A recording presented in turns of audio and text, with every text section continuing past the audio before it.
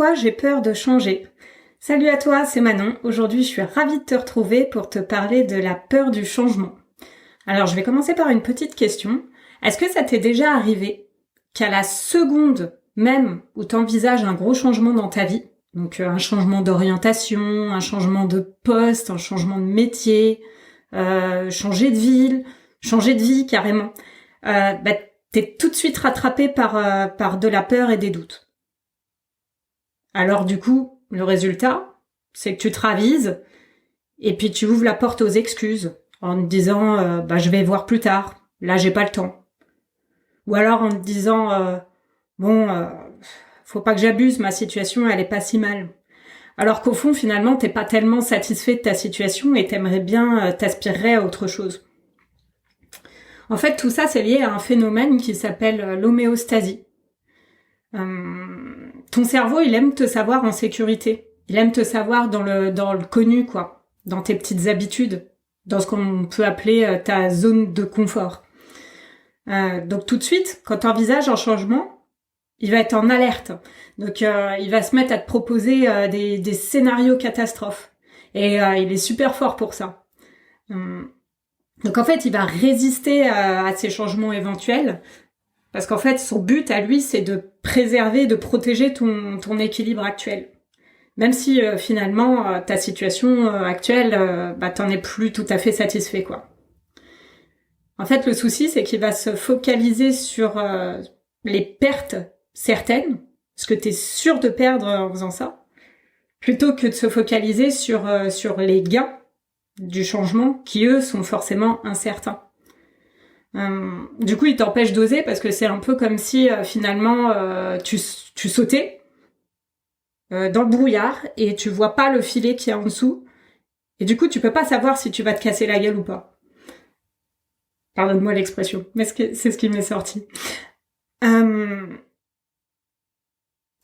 Mais tu te doutes bien que dans ces cas-là, la solution c'est pas de rien faire. Donc finalement, comment tu peux faire pour aller au-delà de cette peur et pour avancer avec elle? Ma première invitation pour toi, c'est déjà de clarifier ce que tu veux changer et ce qui est dans ton pouvoir, ce que tu veux changer et que tu peux changer. Donc par exemple, tu peux pas changer les autres. Donc qu'est-ce qui est toi dans ton contrôle? Pour cela, ce qui est bien, c'est de faire le point sur ta situation. Donc voir ce qui te convient, ce qui te convient plus, ce que tu voudrais à la place. Identifier les bénéfices que tu pourrais avoir, justement ces bénéfices incertains que tu pourrais avoir à changer. Et ceux aussi que tu pourrais avoir à ne pas changer, éventuellement. Ainsi que les inconvénients à changer et à ne pas changer.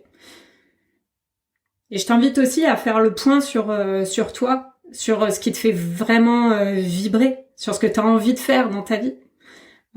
Et sur quelles ressources tu peux t'appuyer pour ça, pour t'accompagner dans le changement. Et puis une fois que tu as fait tout ça, l'important c'est de passer à l'action.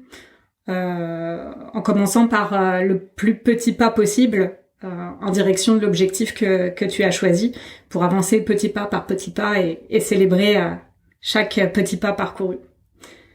Alors tout ça, tout ce que je t'invite à faire, j'ai un cadeau pour toi, on t'en a déjà parlé, c'est notre e-book qu'on a créé avec Sébastien et qui s'appelle Reprends ta vie en main et qui revient justement sur ces étapes-là et qui t'aide à les faire.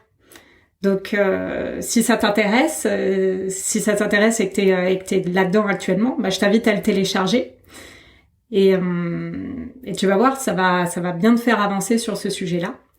Et si tu veux aller plus loin parce que tu constates en faisant cet e-book qu'il y a certains blocages, certains freins que tu as du mal à dépasser tout seul ou toute seule, et si tu ressens le besoin de clarifier ton objectif, d'avoir un plan d'action, d'avoir quelqu'un pour te booster derrière, ce que je te propose aussi, c'est de réserver un appel avec nous qui est offert. Le premier appel est offert pour voir comment on peut travailler ensemble pour t'aider à avancer en direction de tes objectifs. sachant que tu continues ou pas, cet appel t'apportera déjà forcément quelque chose. Donc voilà, sur ce, je te souhaite une bonne journée et je te dis à très vite. Salut.